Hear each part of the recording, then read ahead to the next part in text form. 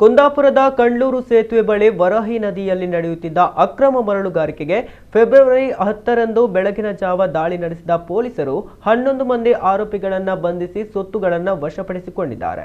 ಮರಳು ಧಕ್ಕೆಯ ಸೂಪರ್ವೈಸರ್ ಅಜ್ಮಲ್, ಕಾರ್ಮಿಕರಾದ ರಾಮಶಂಕರ ರಾಜಬೀರ್, ರಾಮಕುಮಾರ್, ಗೋವಿಂದ ಚೌಧರಿ, ಶಿವಮುನಿ, ಜನ್ನಾ ರಾಜಬೀರ, ಸತ್ಯದೇವ, ಕಮಲೇಶ ನಿಸಾದ್, ಸಂತೋಷ ನಿಸಾದ್, ಓಂ ಪ್ರಕಾಶ ರಾಜಬರ್, ರಮೇಶ ರಾಜಬರ್ ಬಂಧಿತ ಆರೋಪಿಗಳು 3 ಲಕ್ಷ ರು ಮೌಲ್ಯದ 4 ದೋಣಿಗಳು, ದೋಣಿಗಳಿದ್ದ 4500 ರು ಮೌಲ್ಯದ ಒಟ್ಟು ಸುಮಾರು 3.5 ಯೂನಿಟ್ ಮರಳನ್ನು ವಶಪಡಿಸಿಕೊಳ್ಳಲಾಗಿದೆ.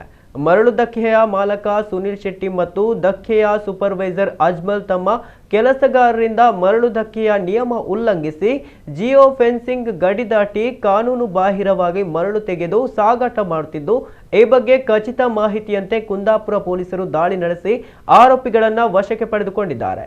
ಈ ಬಗ್ಗೆ ಕುಂದಾಪುರ ಗ್ರಾಮಾಂತರ ಪೊಲೀಸ್ ಠಾಣೆಯಲ್ಲಿ ಪ್ರಕರಣ ದಾಖಲಾಗಿದೆ.